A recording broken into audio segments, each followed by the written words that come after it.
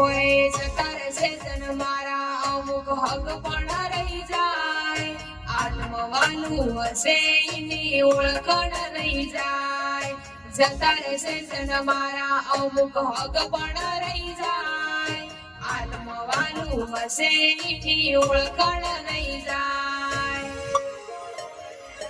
વેળાએ જગ હસી કાઢે પેલા સમાચાર લેજે, ઘણી વાતો કરી બેવેણ તુંએ ખેતી જાશે.